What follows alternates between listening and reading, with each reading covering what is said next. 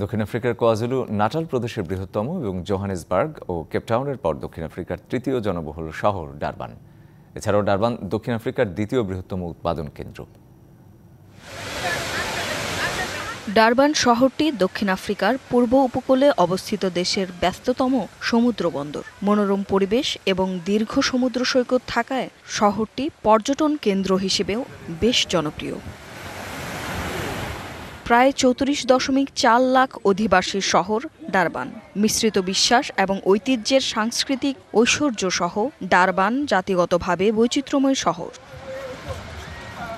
জুলুস ডারবানের বৃহত্তম একক নৃগোষ্ঠী গঠন করেছে।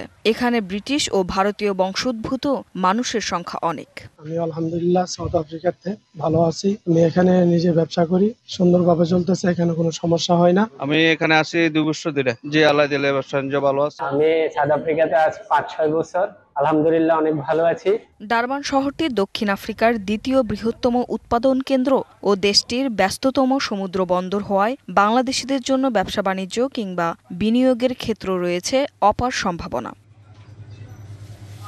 প্রবাসীদের বৃহৎ একটি অংশ কাজ করে এই শহরে। শহরটির মনোরম পরিবেশ ও দীর্ঘ সমুদ্র সৈকত পর্যটকদের আকৃষ্ট করে।